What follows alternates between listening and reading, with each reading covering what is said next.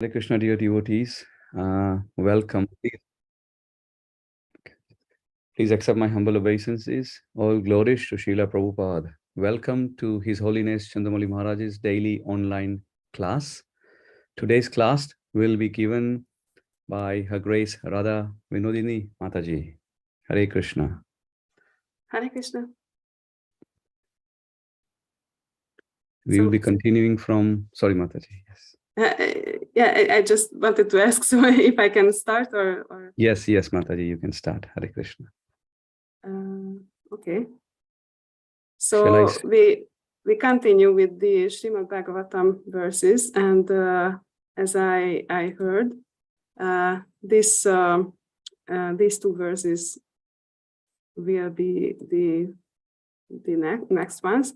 So we will read from Srimad Bhagavatam, Canto 1, Chapter 9, verses 6 and 7.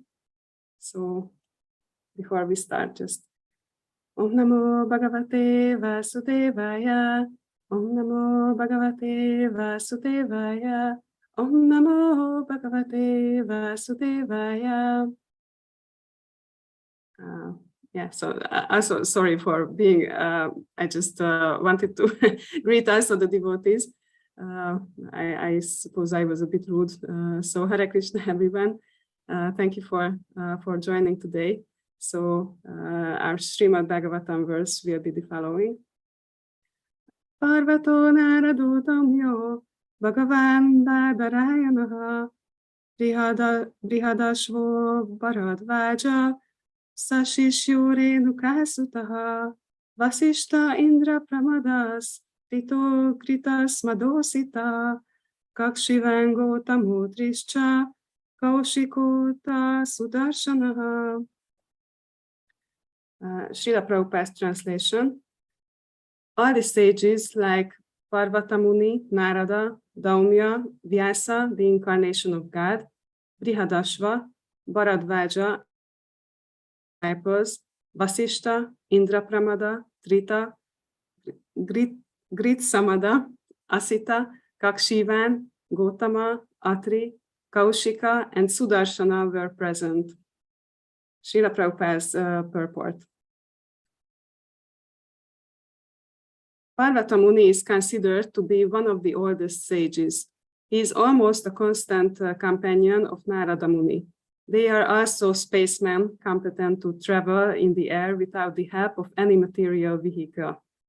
Parvata Muni is also a Deva Rishi, or a great sage amongst the demigods like Narada.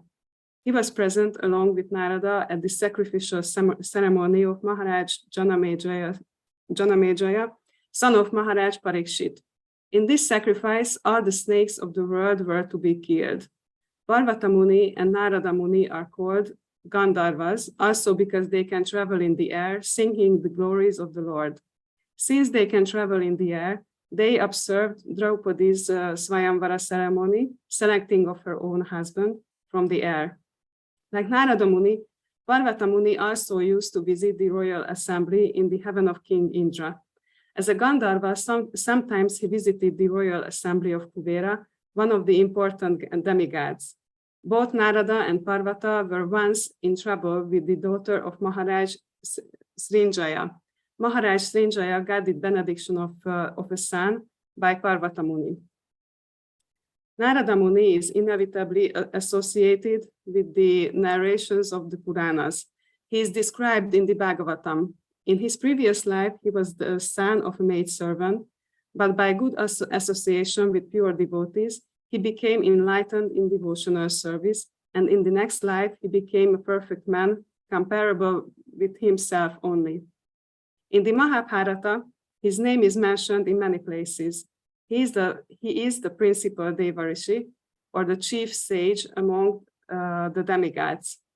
He is the son of and disciple of Brahmaji, and from him the disciplic succession in the line of Brahma has been spread.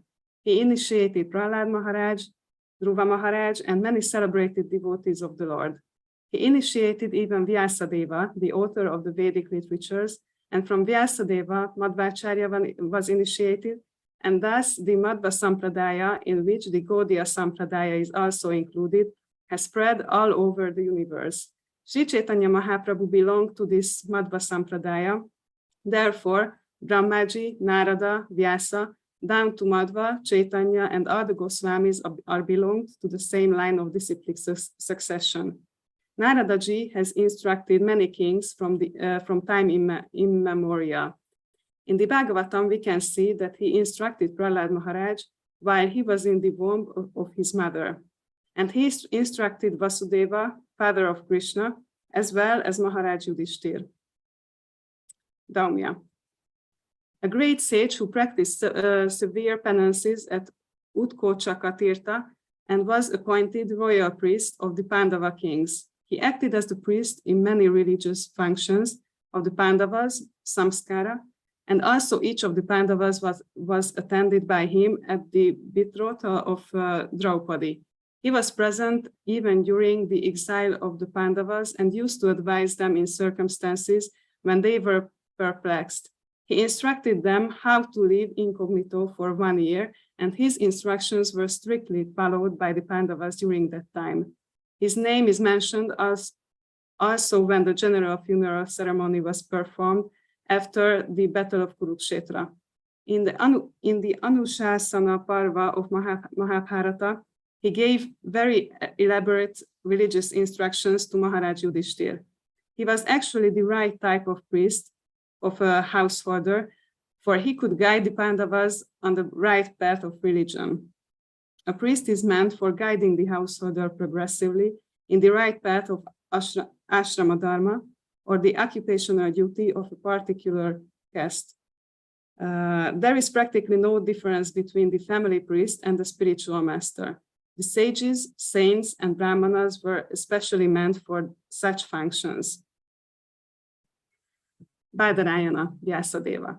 He is also known as Krishna, Krishna Dvaipayana, Satyavati Sutta, Parasharya, Parasharatmaja, Badarayana, Vedavyasa, etc. He was the son of Mahamuni Parashara in the womb of Satyavati prior to her betrothal with Maharaj Shantanu, the father of the great general grandfather Bhishma Deva. He is a powerful incarnation of Narayana, and he broadcasts the Vedic wisdom to the world. As such, Vyasadeva is offered respects before one chants the Vedic literature, especially the Puranas. Shukadev Goswami was his son, and rishis like Vaishampayana were his disciples for different branches of the Vedas. He is the author of the great epic Mahabharata and the great transcendental literature Bhagavatam. The Brahma Sutras, the Vedanta Sutras, or Badarayana Sutras, were compiled by him. Amongst sages, he is the most respected author by dint of severe penances. When he wanted to record the great epic Mahabharata for the welfare of all people in the age of Kali, he was feeling the necessity of a powerful writer who could take up his dictation. By the order of Brahmaji, Sri Ganeshaji took up the charge of noting down the dictation on the condition that Vyasadeva would not stop dictation for a moment. The Mahabharata was thus compiled by the joint endeavor of Vyasa and Ganesha. By the order of his mother, Satyavati, who was later married to Maharaj Shantanu, and by the request of Bhishma Deva, the eldest son of Maharaj Shantanu, by his first wife, the Ganges, he begat 3 brilliant sons whose names are Dhritarashtra, Pandu, and Vidura. The Mahabharata was compiled by Vyasadeva after the Battle of Kurukshetra and after the death of all the heroes of Mahabharata. It was first spoken in the royal assembly of Maharaj Janamejaya, the son of Maharaj Parikshit. Brihadashva, an ancient sage who used to meet Maharaj Yudhishthir now and then. First of all, he met Maharaj Yudhishthir at Kamyavan. This sage narrated the history of Maharaj Nala. There is another Brihadashva, who is the son of the Ikshvaku dynasty. Mahabharata, Vanaparva 209.45. Bharadvaja. He is one of the 7 great rishis and was present at the time of the ceremony, at the birth ceremony of Arjuna. The powerful rishi sometimes undertook severe penances on the shore of the Ganges, and his ashrama is still celebrated at Prayag Dhama. It is learned that this rishi, by taking bath in the Ganges, happened to meet Gritachi, one of the beautiful society girls of heaven, and thus he discharged semen, which was kept and preserved in an earthen pot, and from which Drona was born. So Dronacharya is the son of Bharadvaja Muni. Others say that Bharadvaja, the father of Drona, is a different person from Maharishi Bharadvaja. He was a great devotee of Brahma. Once he approached Dronacharya and requested him to stop the battle of Kurukshetra. Parashurama, or Renukasuta. He is the son of Maharishi Jamadagni and Srimati Renuka. Thus, he is also known as Renukasuta. He is one of the powerful incarnations of God, and he killed the Kshatriya community as a whole 21 times. With the blood of the Kshatriyas, he pleased the souls of his forefathers. Later on, he underwent severe penances at the Mahendra Parvata. After taking the whole earth from the Kshatriyas, he gave it in charity to Kashyapa Muni. Parashuram instructed the Dhanurveda, or the science of fighting, to Dronacharya because he happened to be a Brahmana. He was present during the coronation of Maharaj Yudhishthir, and he celebrated the function along with other great rishis. Parashuram is so old that he met both Rama and Krishna at different times. He fought with Rama, but he accepted Krishna as the Supreme Personality of Godhead. He also praised Arjuna when he saw him with Krishna. When Bhishma refused to marry Amba, who wanted him to become her husband, Amba met Parashurama, and by her request only, he asked Bhishma Deva to accept her as his wife. Bhishma refused to obey his order, although he was one of the spiritual masters of Bhishma Deva. Parashuram fought with Bhishma Deva when Bhishma neglected his warning. Both of them fought very severely, and at last Parashuram was pleased with Bhishma and gave him the benediction of becoming the greatest fighter in the world. Vasishta, the great celebrated sage among the Brahmanas, well known as the Brahmarishi Vasishta Deva. He is a prominent figure in both the Ramayana and Mahabharata periods. He celebrated the coronation ceremony of the personality of Godhead Sri Rama. He was present also on the battlefield of Kurukshetra. He could approach all the higher and lower planets, and his name is also connected with the history of Hiranyakashipu. There was a great tension between him and Vishwamitra, who wanted his Kamadhenu, wish-fulfilling cow. Vasishta Muni refused to spare his Kamadhenu, and for this Vishwamitra killed his 100 sons. As a perfect Brahmana, he tolerated all the taunts of Vishwamitra. Once he tried to commit suicide on account of Vishwamitra's torture, but all his attempts were unsuccessful. He jumped from a hill, but the stones on which he fell became a stack of cotton. And thus he was saved. He jumped into the ocean, but the waves washed him ashore. He jumped into the river, but the river also washed him ashore. Thus, all his suicide attempts were unsuccessful. He is also one of the 7 rishis and the husband of Arundhati, the famous star. Indrapramada, another celebrated rishi. Trita, one of the 3 sons of Prajapati Gautama. He was the 3rd son, and his other 2 brothers were known as Ekat and Vita. All the brothers were great sages and strict followers of these principles of religion. By dint of severe penances, they were promoted to Brahmaloka, the planet where Brahmaji lives. Once Trita Muni fell into a well. He was an organizing worker of many sacrifices, and as one of the great sages, he also came to show respect to Bhishmaji at his deathbed. He was one of the 7 sages in the Varunaloka. He hailed from the Western countries of the world. As such, most probably he belonged to the European countries. At that time, the whole world was under one Vedic culture. Gritasmada, one of the sages of the heavenly kingdom. He was a close friend of Indra, the king of heaven, and was as great as Brihaspati. He used to visit the royal assembly of Maharaj Yudhishthir, and he also visited the place where Bhishmadeva breathed his last. Sometimes he explained the glories of Lord Shiva before Maharaj Yudhishthir. He was the son of Vitahavya, and he resembled in features the body of Indra. Sometimes the enemies of Indra mistook him to be Indra and arrested him. He was a great scholar of the Rig Veda, and thus he was highly respected by the Brahmana community. He lived a life of celibacy and was powerful in every respect. Asita. There was a king of the same name, but herein the Asita mentioned is the Asita Devala Rishi, a great powerful sage of the time.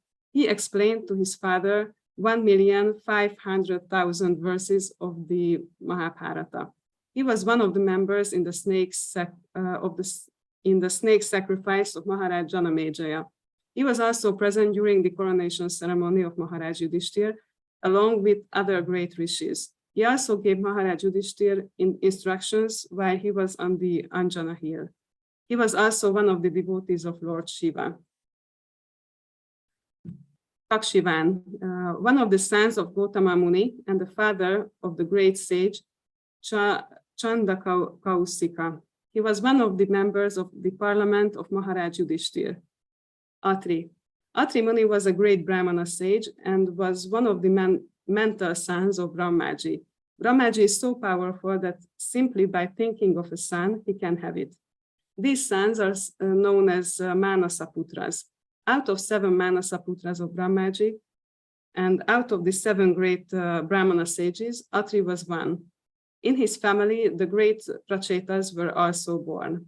Atri Muni had 2 Kshatriya sons who became kings. King Artama is one of them. He is counted as one of the 21 Prajapatis. His wife's name was Anasuya, and he helped Maharaj Parikshit in his great sacrifices. Kaushika, one of the permanent rishi members in the royal assembly of Maharaj Yudhishthir. He sometimes met Lord Krishna. There are several other sages of the same name. Sudarshan. This wheel, which is accepted by the personality of Godhead, Vishnu or Krishna, as his personal weapon, is the most powerful weapon, greater than the Brahmastras or similar other disastrous weapons. In some of the Vedic literatures, it is said that Agnideva, the fire god, presented this weapon to Lord Shri Krishna, but factually, this weapon is eternally carried by the Lord. Agnideva presented this weapon to Krishna in the same way that Rukmini was given by Maharaj Rukma to the Lord. The Lord accepts such presentations from his devotees, even though such presentations are eternally his property. There is an elaborate description of this weapon in the Adi Parva of the Mahabharata. Lord Shri Krishna used this weapon to kill Shishupal, a rival of the Lord. He also killed Shalva by this weapon, and sometimes he wanted his friend Arjuna to use it to kill his enemies. Mahabharata Virata Parva 56.3. Om Magyanati Mirandasya Gyananjana Shalakaya Chakshurum Militam Yena Tasmai Shri Gurave Namaha Nama Om Vishnupadaya Krishna Pashtaya Bhutale Srimate Bhaktivedanta Swaminiti Namine Namaste Saraswate Deve Gauravani Pacharine Virvishesha Shunyavadi Pashyate Deshatarine Jai Shri Krishna Chaitanya Prabhu Nityananda Shri Advaita Gadatara Shivasadi Gaura Bhakta Vrinda Hare Krishna Krishna Krishna Hare Hare Hare Rama Rama Rama Hare Hare Namo Vishnupadaya Krishna Pashtaya Bhutale Srimate Chandamani Swaminiti Namine. So I have to admit that when I first read this verse, I started to panic a little bit because we see many names here, and many of these names of these sages we don't regularly hear about. So probably Narada is someone whom we hear about a lot. Vyasa is also a name like that. Parashuram is a name like that. But yeah, Sudarshan is also. Actually, I was surprised to see Sudarshan, the weapon of the Lord, in this list of sages. So I just started to think that how this this whole narration of names of sages relate to our devotional life. And one thing which really struck me was that while we read all these descriptions of the sages' origin and what they did in their lives, it was really surprising how different their background could be sometimes. So there were sages who born from the thought of Lord Brahma. We saw that, for example, Narada Muni was originally a son of a maidservant, and by serving sages and listening to their discussions, by eating their leftover Mahaprasadam, he became more elevated. Also, there are others who are sons of rishis. So it's there are very different type of backgrounds. And also, if we check out what they did as sages, it's also very different. So, for example, it's really surprising to see that one of the sages was the worshipper of Lord Shiva, or not the devotee of Lord Vishnu or Krishna, but also we see sages who preach on different planets all the time traveling. We see other sages who cultivate the practice of fighting and teach the art of fighting. We see Parashuram who even killed different generations of Kshatriyas. We see other sages who managed to do sacrifices. Others lead the Pandavas in their Grihastha lives. So very different areas of actions. And yeah, Sudarshan is a whole different category, probably. And there is one thing which is common in them. And this is that when there is a possibility to associate with other sages and hear about the glories of the Lord, hear about spiritual topics, they come together and just grab this chance of hearing. And there are different occasions for this. For example, it also happened when Shukadev Goswami narrated the Srimad Bhagavatam. It was also another occasion when Sutadev Goswami narrated the Bhagavatam. And this is also an occasion when a great devotee of the Lord, Bhishmadev, leaves his body, and he gives his teachings, and they are eager to hear his teachings. And it's really important to see that many of these sages are as the one who is the devotee of Lord Shiva. So there are some of them who are not devotees in the sense that not devotees of Krishna.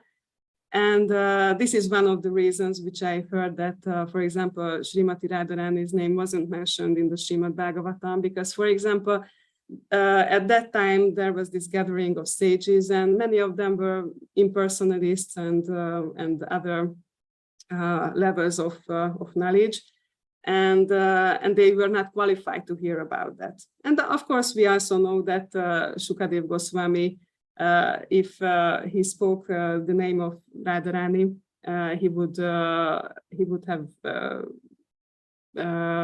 go into this ecstatic state. So anyway, whatever field of knowledge they cultivate, they like to come together when there is a chance for hearing more knowledge. And just to speak a little bit about the different types of these sages, I thought that I would speak about what these different expressions mean, which refer to different types of sages. So sometimes we hear that saints, or we see that there are sannyasis. So it's more likely it's easier to understand what these expressions mean. But for example, this expression, these Sanskrit expressions like Muni and Rishi, it was for such a long time, it was confusing for me. And I would like to speak a little bit about this, because it helps to understand how many, what kind of differences are there amongst these sages. So let's start with Muni. And I found two different roots, Sanskrit roots for this expression Muni. One is that it comes from the word manan, which means to think, and the other is monam, which means that to remain silent. Sometimes these munis also have a vow of silence. So actually, Muni means that generally that they more likely in a silent, live a silent lifestyle. Many times they just go to a place where they can be alone and contemplate on different spiritual topics. They turn, inside and just think to understand how this whole world works. And traditionally, many times they even had to come up with something new, to create some kind of new viewpoint, some kind of new understanding about different kind of topics. And so many times munis are actually jnanis, impersonalists, because in our sampradaya we just follow whatever we got from the parampara and practice and realize that knowledge. So we don't endeavor to create something new, but many times munis do this. So they want to create some kind of new aspect or new understanding of some topic. And so many times they just live alone in the forest on these same holy places, and they just they are alone. They are thinking. Many times they don't even share it with others, and they don't have a home. They don't have fire. They just eat roots and fruits. And it's interesting that in Manu Samhita, in the 6th chapter, there is a description of, actually there it's described the sannyas order, but sometimes in the verses the muni word is used there. So it's also described that lifestyle there, that there it mentions that he travels alone and not being attached to anything, understanding that he doesn't leave anyone and no one will leave him. And so that's it. I would also like to share one verse from the Bhagavad Gita connected to this. I forgot to search it in advance.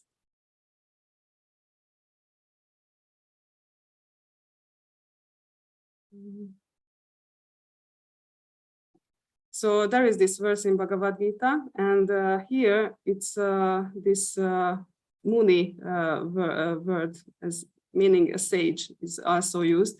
So this verse is also about munis. So Lord Krishna said that one who is not disturbed in mind, even amidst the threefold miseries, or elated when there is happiness, and who is free from attachment, fear, and anger, is called a sage of steady mind. So according to Sri Krishna, this is what is Muni. And so let's see the other one. What is Rishi? So Rishi is also, how to say, it's on a higher level than Muni. So Rishis are also Munis in the sense that they cultivate knowledge, but they add something more. They meditate for a long time. They make tapasya. So this knowledge which they gathered can get onto a higher level, because we understand that knowledge is not something which we just read the book or hear from someone and understand and okay, I know it. We know that knowledge is something more, something to realize, and that is something they add. So for those who are Munis, they understand these things. They manage knowledge on the level of the mind and probably also on the intelligence, but Rishis put something more into it. So they are something like a monk, a saint. They are looking for enlightenment, which is a higher level than just cultivating knowledge. So they add something more, something connected to the Lord, to reach a higher state of consciousness. And many times this word Rishi is translated like sages, great sages, and this word is also translated in some places in the scriptures as saints.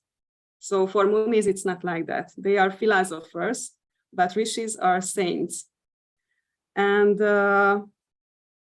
many times it also means a kind of a poet, because Rishis also gather this knowledge and share it with others. And as we know, these are also in a poetic way. So there are, even within the Rishi category, there are different levels. So one level is Raja Rishi.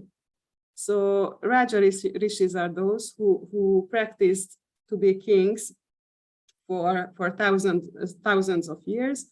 And at some point, they just decide to, okay, I will renounce everything and just renounce wealth and fame and all the power they had, and they start to practice only spiritual life.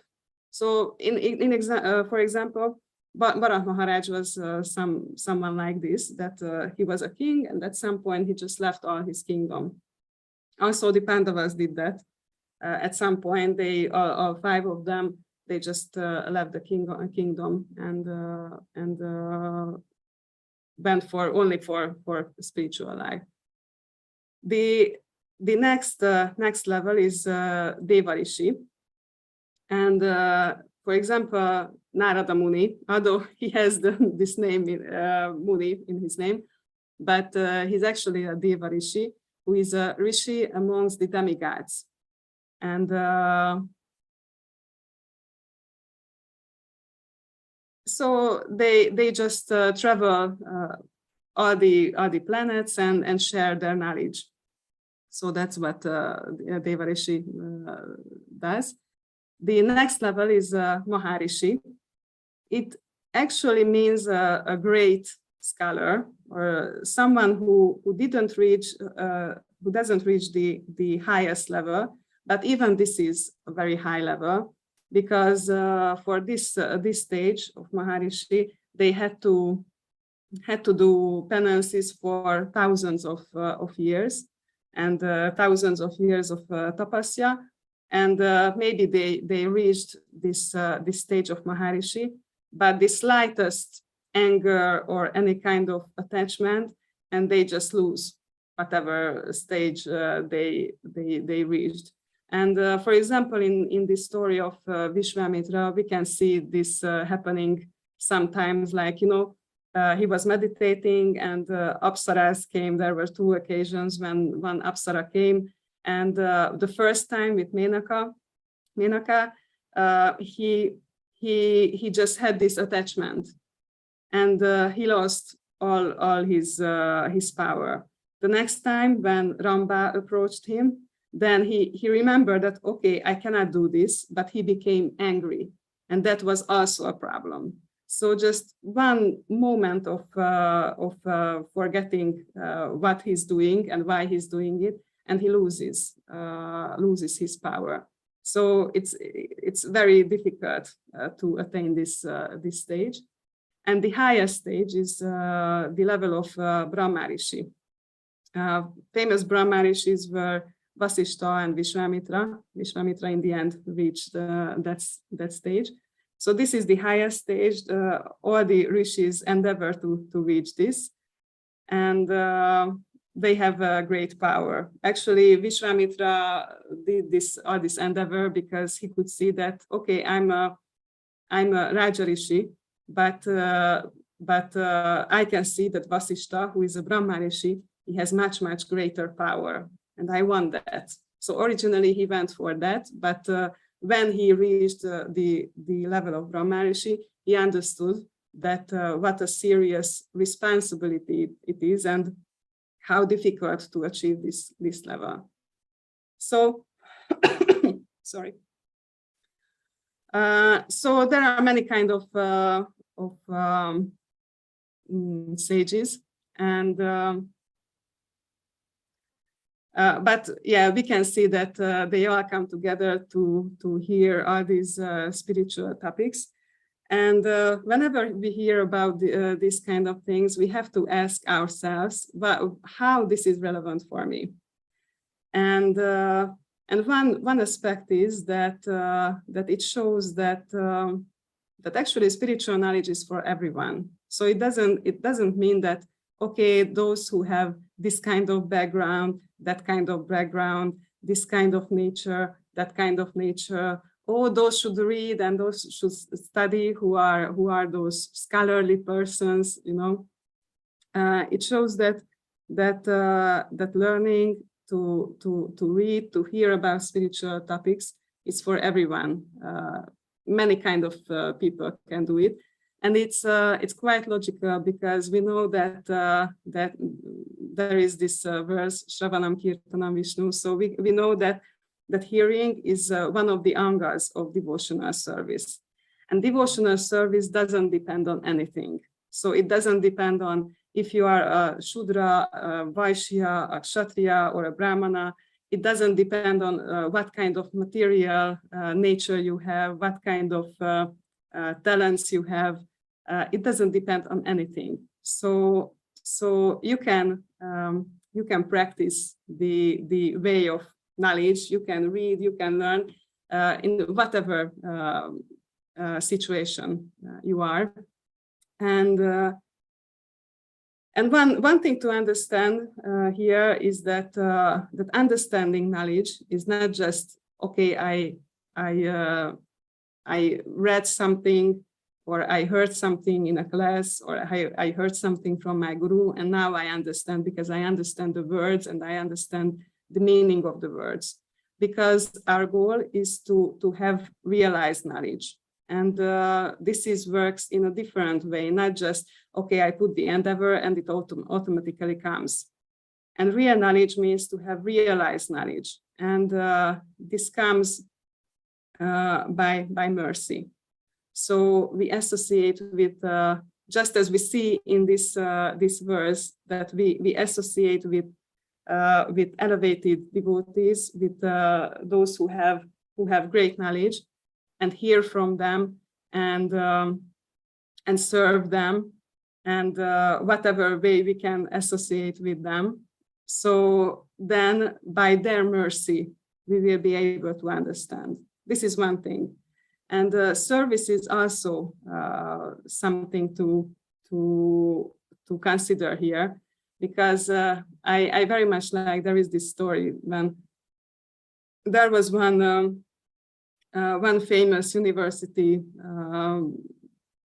teacher, professor in India, who on one occasion visited Srila Prabhupada's spiritual master, Bhaktisiddhanta Saraswati Thakur, and he wanted to discuss one philosophical point, because, you know, Bhaktisiddhanta Saraswati was a famous scholar, and so he visited him and told him that I would like to discuss this topic.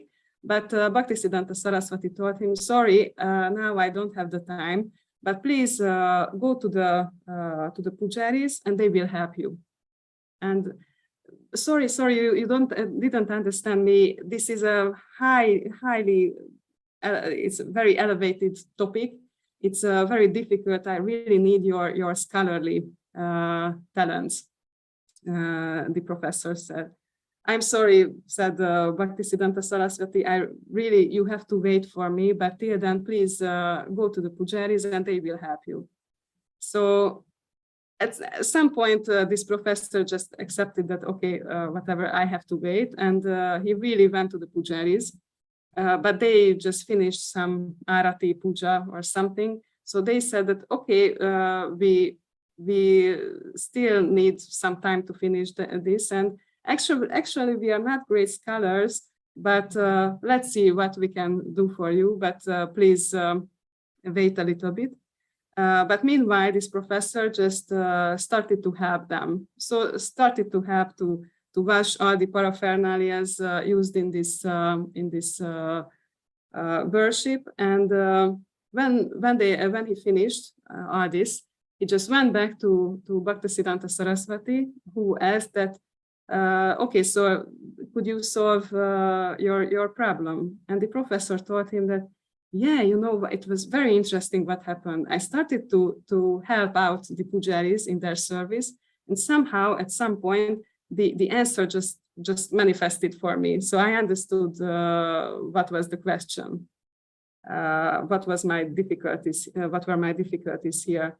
So this story really nicely shows us that knowledge is not just reading, not just studying. It's the start. It's because, you know, you can make something if you have some ingredients, but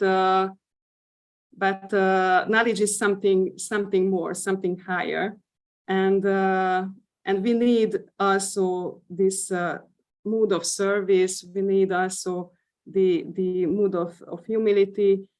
We need the holy name and so many other things to understand, actually understand this this knowledge.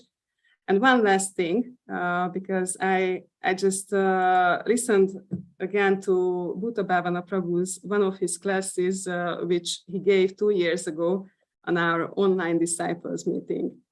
And he said something interesting, quoting his spiritual master, Bhaktitirtha Maharaj, that in one class, he mentioned that, yeah, everybody has to study to some degree. Everybody has to hear to some degree. But there are those who have this nature of, you know, having this inclination to study. And they who has a more active mind and intelligence, which actually needs more nourishment. So they need to learn more, to read more, because they have to engage their mind and intelligence in this kind of this kind of devotional service. So it doesn't mean how to say. So it's not that those who don't have a scholarly nature, they don't have to study. It means that those who have a scholarly nature, for them, it's a necessity to study more. So actually, this is how this come together. But it's important for everyone, and we hear all the time the glories of hearing, how great effect it has. And in one class from Kadamba Kanana Swami, I heard something interesting. It was about pujaris, but actually it's also true about hearing, that he said that how can we know that this process works? We know it because we see people who succeeded to do it, and what level they achieved by practicing this thing. And it's also true for hearing, because we can see that those who really sincerely are hearing all the time the glories of the Lord, they can achieve high devotional levels. So obviously, sometimes we see examples like we see that someone studies a lot and doesn't seem to reach some stage, but once Bhaktividya Purna Maharaj told something interesting, that whenever you want to learn something, you check out on YouTube those videos from those people who succeeded. So if you want to learn to bike, then you don't see you don't watch all those videos which are about, you know, people are trying and just falling, but you will watch those videos who will show you how to do it properly. And so we get inspiration, and we can see how to do it properly. So that's what I thought of saying. And let's start some discussion. Thank you very much, Mataji. That was a wonderful class with all the descriptions of various highly elevated personalities who came to hear about what the conversation, the passing away of Bhishma Dev. I think you also mentioned very wonderfully the different types of sages. So starting from Muni to Rishi to Deva Rishi to Maharishi and Brahma Rishi. So that was, thank you for that. And also the end, which was what's in it for us, is to associate, take every opportunity to associate with devotees here, to imbibe, to have more realized knowledge. And ultimately, all of that should result into some sort of devotional service to the Vaishnavas or to the Lord directly. So thank you very much.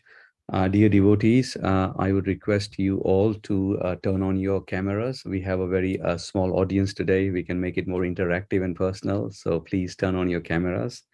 And if you have any questions, realizations, discussions regarding today's verse, please feel to ask the question, or you can type it in the chat window, and I can ask on behalf of yourself. Thank you very much.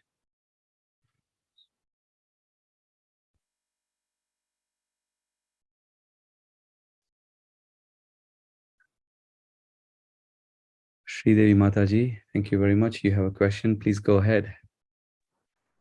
Thank you, Prabhu. Please accept my humble obeisances, dear Radhavinodini and dear God family. All glories to Srila Prabhupada, all glories to our Gurudev. Thank you for a detailed explanation. Even I liked very much how you explained about Muni, Rishi, and so on. So I have a question about Muni. From the first few lines of the description, it sounds that anyone, even in the material world, who is a philosopher or a thinker or a mental speculator can be called a Muni. And only one who is fixed in Krishna consciousness is a Sthita Dhir Muni. That means one who understands that Krishna is everything, all in all. But for this understanding, Bahunam Janmanam Ante, you know, Jnanavan Mam Prapadyante, it takes many, many, many lifetimes. So can we just say that even in the material world, those who are great thinkers, philosophers, and mental speculators, they can be called Muni? Well, according to my understanding, yeah, even we can call Muni. Actually, it's stated in some places that yeah, mental speculators are so there are Munis who are mental speculators. One thing which came to my mind that because this in these descriptions which I found, Muni is all the time when they listen a little bit I mean, it's an inner thinking process, and Actually, in today's world, many times I see that many philosophers doesn't really have this process. I mean, not. I mean, they don't really.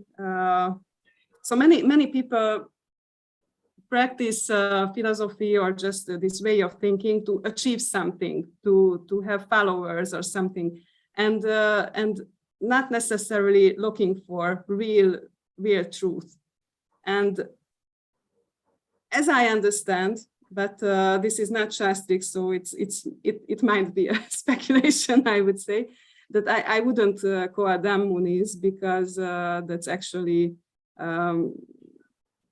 this karmic type of activities, that so it's more likely karma, not gyan. And as I understood, Muni is gyani. But sometimes when knowledge is used as a karmic activity, it's a different case.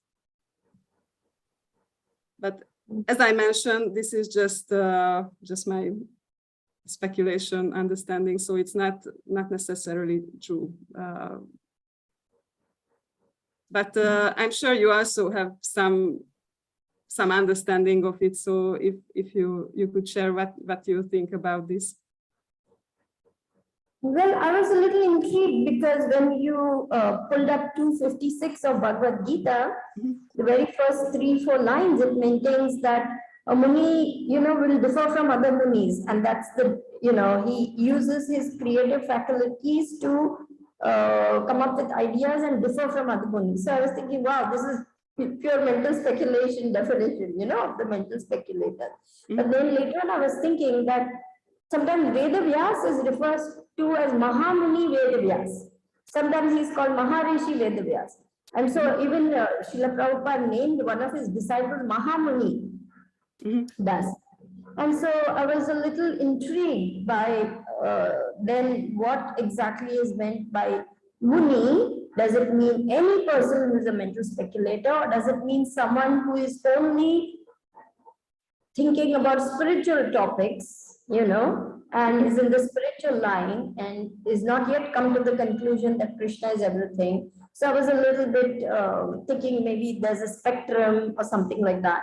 So I don't have any more thoughts than what you have expressed, and whatever little bit I know, maybe I can do some more research. Thank you. Yeah, thank you. It's an interesting question. So for me, what is sure that it really was it describes this word, this philosopher. So it not necessarily it doesn't necessarily mean a spiritual level. So that's for sure. So I would say that in today's life, Munis, it's not always devotees. That's for sure. It's just I don't think that everyone is Muni. For example, this verse which you also mentioned, this Gita verse, it refers to other things as well. Like I'm just looking it again. So when one who is not disturbed in mind, even amidst the threefold miseries or elated, there is happiness, and who is free from attachment, fear, and anger, is called a sage of steady mind. So there are other qualifications for this, not just thinking. Yeah, and also, which I mentioned, this Manu Samhita. There, this description was that he's traveling, he's living a renounced life, just doesn't have a home, and eating fruits and roots. So, yeah, Kali Yuga sages, if we can call them like this, generally doesn't live this kind of lifestyle.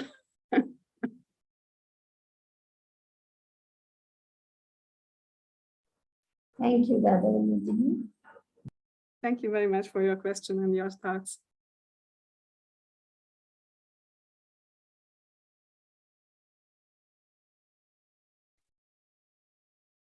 I have a question, not a question, but a comment till the others think of one. I think Prabhupada writes, and this is, I mean, I've read it for the first time, is Tritu Muni, or one of the sages. Prabhupada says he's probably from the Western countries. Trita, sorry. So that is, very interesting to hear. Oh, And yeah. also, what you also mentioned, also Prabhupada also mentions that there are sages and transcendentalists who are devotees of Lord Shiva there as well. So I think that must have been a great assembly. I heard in one lecture some time back where the speaker the speaker of that particular class was trying to was imagining a situation whereby which everybody's thinking and contemplating what's going to happen, what is Bhishma Dev going to speak. And in this contemplation, everyone came from all the different planetary systems. Everyone came. Sorry, just a second, Mataji. And not only they came, but as it says that Lord Parshuram, he also brought his own disciples there as well. So, and he was saying that, and then he led us into the lecture by that contemplation that such an important message was going to be spoken out at that time. Yeah, it's very inspiring for us to seek the association of elevated devotees. Yes. Yeah, as you spoke, one thing came into my mind that when we speak about different sages, it's interesting to see whenever it's possible to see their motivation, because some sages were looking for power. Some sages were just looking for this enjoying to dealing with knowledge, and there are those who seek knowledge in order to realize God. And these are very different motivations, and knowledge is possible to be used for each of these motivations. But still, real knowledge is to understand the goal of knowledge, and this is to reach Krishna. Yes. Any other questions, comments?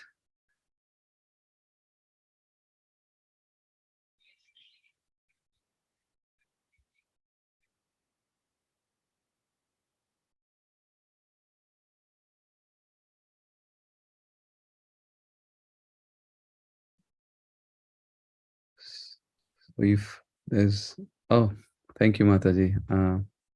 Do you want to go ahead and unmute and ask your question? Thank you. Yes, Scarlett, Mataji, yes. Hare Krishna. Hare Krishna. Please accept my humble emphasis. All glories to Prabhupada and all glories to His Holiness Chandramani, and all glories to you. And glories to Guru Maharaj. I have a very, very difficulty today. I try to learn as much as I can. I try to read as much as I can. And my only thing is to understand how to deal with the everyday life by pleasing Lord Krishna. But then it happens that I read something and it makes me cry. It makes me, what? And I just cry. I don't know what to do with it. I don't know how to understand it. You know what I mean? I'm not sure. You mean whatever you read touches your heart and confuse me also. It evokes emotions. It's almost touched the wound in me. You know what I mean? Touch the what? Wounded in me. I have a wound in me, and it touches. You know what I mean? For instance, I give you an example. I read in Bhagavad Gita 15:15, where Lord Krishna says that everything is controlled by me, even our mind. You know what I mean? Mhm. I had to have dyslexia in my life, so I had to have very, very, very difficulty. Every time I read this, it takes me one page, take me almost half a day to read and to contemplate and to understand. You know what I mean? Mhm. And then I think, okay, now when I want to learn about him, about what it pleases him, still I have very, very difficulty with it.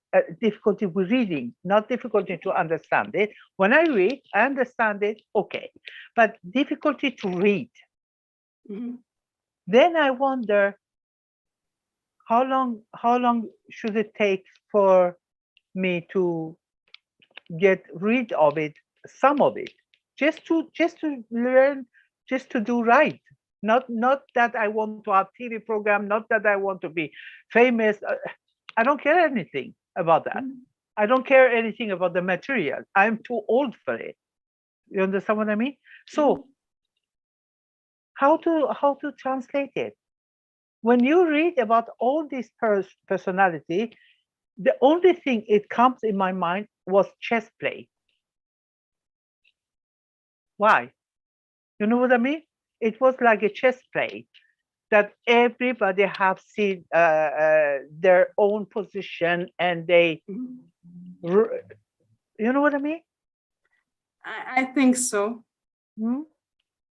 Well, a few thoughts came to my mind. One is that whatever situation we are in, there will always be some kind of disturbances. So even there were the gopis, they are on the highest level of devotion, and they complained to Brahma why Lord Brahma created eyelids, because they cannot see Krishna all the time, because they had to I don't know the words, sometimes the eyelid just blink, Blink. yeah, that's it. So whatever stage, whatever is our level, there will be some kind of disturbances. I remember this is what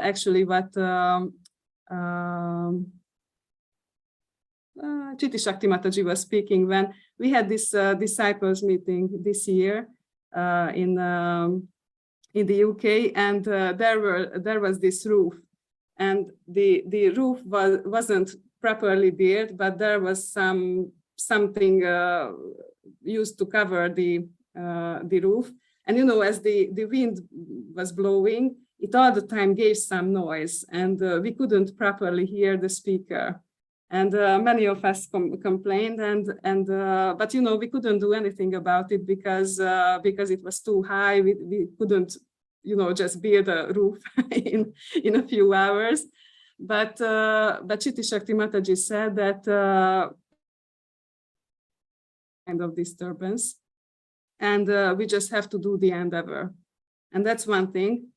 In a more practical sense, I would say that when there is something like crying disturbing the reading, it's you can do it that, okay, now I'm not able to read, but there are so many classes on internet, YouTube, so maybe just look up some kind of recording from Srila Prabhupada when he's speaking about this verse which you just read. And while listen to his speaking, it will reveal more the meaning of the verse which you just read. And the ears are still working, so it can help you to contemplate more on whatever you read. So it's not that in a day I have to read, I don't know, 100 pages. The importance is to read whatever amount, but understand it more deeply, as deeply as possible. And if you can support your reading with hearing classes, then it's all the same. Did it help I don't know if it was answer to your question. Thank you for that answer.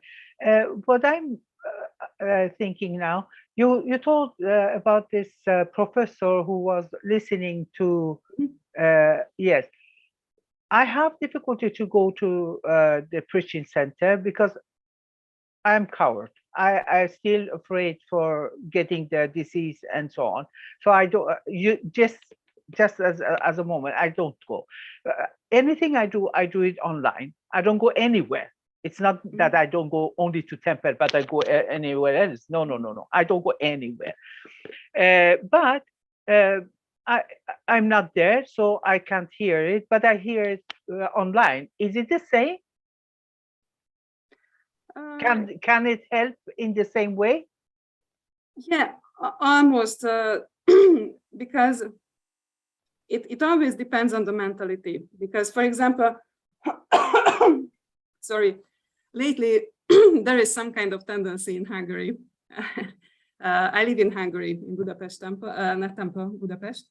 And here, Shivaram Maharaj started to, how to say, chastise the devotees a little bit because, during COVID, devotees started to broadcast all the classes. Previously, there was no broadcast because the devotees went to the temple, listened to the classes, and went home. But because there was a lockdown, they started this broadcast, and it just remained like that. But during this lockdown, the devotees started to be a bit more comfortable. And, even those who are near the temple sometimes just don't go to the temple, but rather just on computer start to listen to the class. And Shivaram Maharaj said that it's not a good mentality. So it's one thing.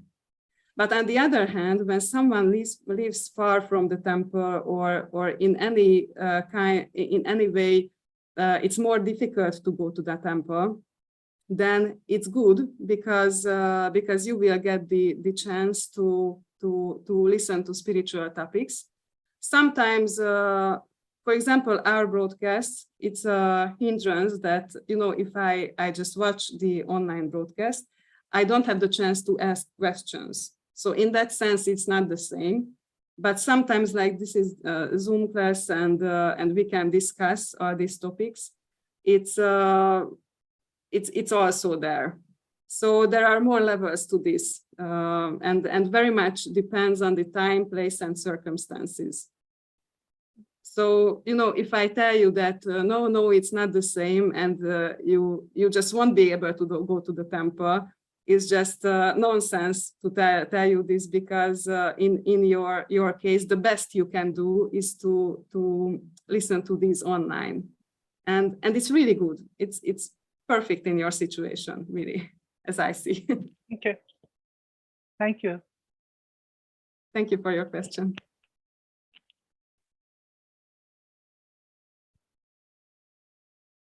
Namrata Mataji, you have a question? You can go ahead. Hare Krishna. Please accept my humble obeisances. All glories to Srila Prabhupada. All glories to our dear Guru Maharaj, and all glories to the assembled devotees. Hare Krishna. I wanted to ask a question regarding Atri Rishi. I heard a story in which he meditated on he meditated to get a son like a Supreme Lord, but he didn't know who is the Supreme Lord. So I am a little bit confused in that story, that if he doesn't know about this, he didn't know, he was such a elevated sage, how come he didn't know about the who is the Lord of the universe? And second thing is, if he didn't know, then who was he meditating on? Ultimately, the three god came, the Brahma, Shiva, and Vishnu. But I was a little confused that who was he meditating on, or who was he doing tapasya for, if he was not aware who is the Supreme Lord? Now it's also confusing for me, I have to admit, because I don't know much about him. It's just, as it was there in this verse, that there are devotees not only of Lord Vishnu, but also of Lord Shiva, and others worshipped Ganesh, and so devotees sometimes doesn't refer to how to say, to bhaktas, I mean devotees of Krishna. But in his case, I don't know what was the I don't know what he meditated on actually, or whom he meditated on. Okay, no problem, Mataji. I think maybe I'll ask to ask Guru Maharaj. I just remember I'm not sure or not, but there was a verse in Bhagavatam about someone who wanted to have a son like the Lord, but the problem was Srila Prabhupada spoke in the wrote in the purports that the problem was that he didn't want the Lord as a son, but he wanted a son like the Lord, and there is a difference between these. But I don't remember the name of that person, so it might be a different story. Yeah. I just remember, I think Srila Prabhupada says in his lectures that this kind of desire is not actually recommended.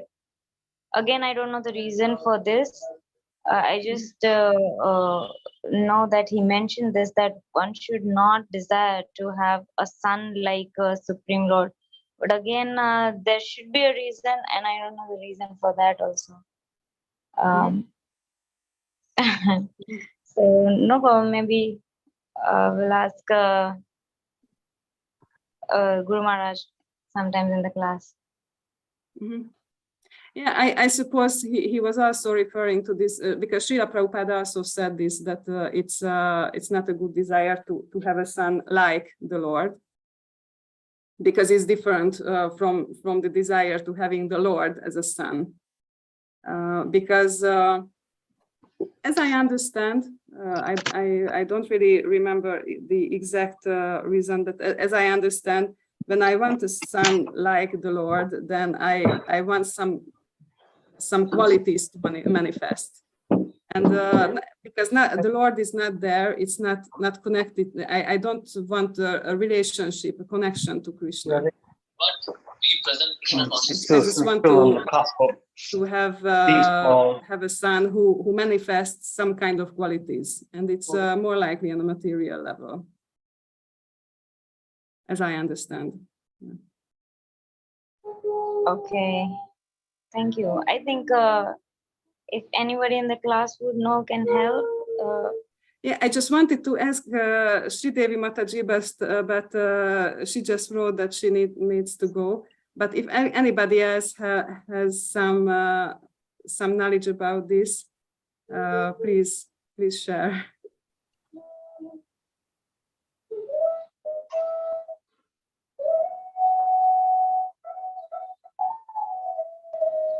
Hare Krishna, Mataji. Hare Krishna. Dharma Pranam. Please accept my humble obeisances. All glories to Srila Prabhupada. All glories to Guru Maharaj. All glories to assembled devotees. Sorry, I was just reading this. I just came across this. If it's okay, I can share the verse. The verse is like Canto 1, Chapter 3, text 11, Mataji. Here it's Krishna is the source of all incarnations. So I was just reading this. I came across this. Maybe you can read this verse where it says like the sixth incarnation. So the Lord incarnate. Yeah, I can read this, Mataji. Here it says like, Atri, she prayed, his wife Ansuya, she prayed, and my Lord, if you're pleased with me, if you desire me to ask from you some sort of blessings, then I pray that you combine together to become my son. You can read this, Mataji. I just wanted to share this. Maybe you can. So the verse says that the sixth incarnation of the Purusha was the son of the sage Atri. He was born from the womb of Anasuya, who prayed for an incarnation. He spoke on the subject of transcendence to Alarka, Prahlad, and others, Yadu, Haihaya, etc. The Lord incarnated himself as Dattatreya, the son of Rishi Atri and Anasuya. The history of the birth of Dattatreya as an incarnation of the Lord is mentioned in the Brahmanda Purana in connection with the story of the devoted wife. It is said there that Anasuya, the wife of Rishi Atri, prayed before the Lords Brahma, Vishnu, and Shiva as follows: "My lords, if you are pleased with me, and if you desire me to ask from you some sort of blessings, then I pray that you combine together to become my son."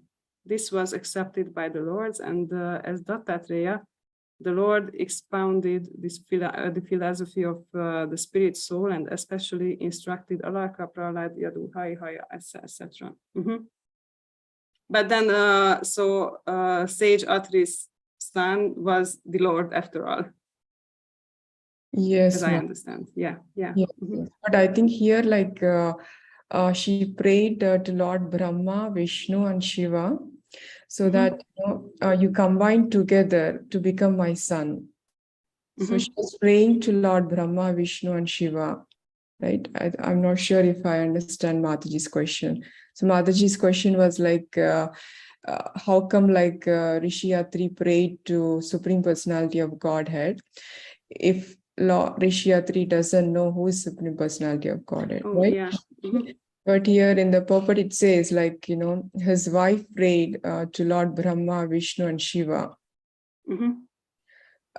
that she should be blessed with a son, who are combined together, like. So, if it answers her question, I just thought I'll share this verse. Thank you very much for sharing, because this nicely explains what happened. I think Lord Vishnu incarnated as the Lord Dattatreya. I don't know about Brahmaji, but I think even Shiva incarnated as his son Durvasa Rishi, and Brahma incarnated as his son, I think, Moon God. So this was what the story was, but still the question remains the same. This the Mataji mentioned, I think it was one verse in the first canto, which tells us about the gist, but there is something more in that. So no problem. Thank you, Mataji, for your.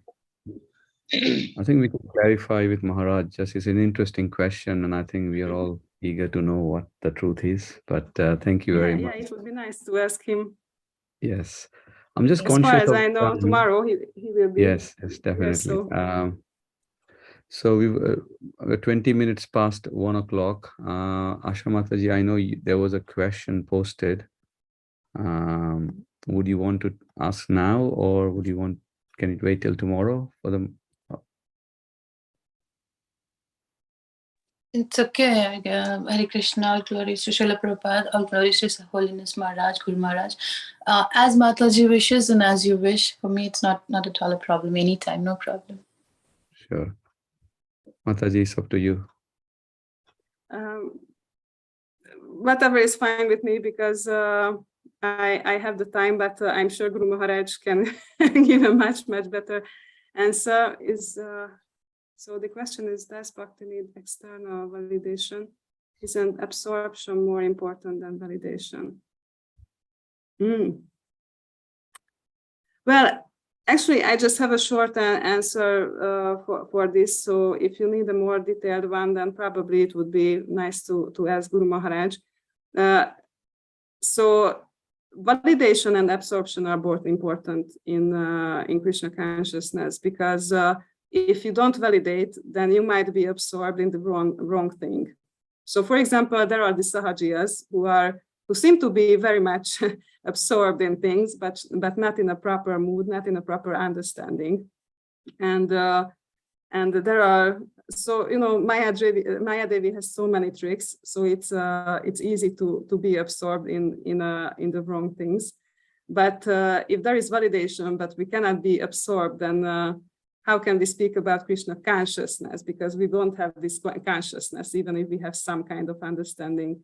So both is important. Thank you, Mataji. Thank you, Hare Krishna. Thank you very much. Hare Krishna. So thank you all for attending today's call. We can conclude the call. Vancha kalpatarubhyascha kripa sindhubhya evacha patitanam pavanebhyo vaishnavebhyo namo namaha. Samaveta bhakta vrinda ki jai. Jai. Srila Prabhupada ki jai. Jai. His Holiness Chandamali Maharaj ki jai. Jai. Grace Radhavinodini Mataji ki jai. Mataji ki jai. Srila Guru Prabhupada Bhakta ki jai. Vrinda ki jai. Guru Maharaj ki jai. Thank you, Mataji. Hare Krishna. Thank you, Mataji. Thank you. Thank you. Hare Thank you Krishna. very much, Thank you. Mataji. Thank you. Krishna.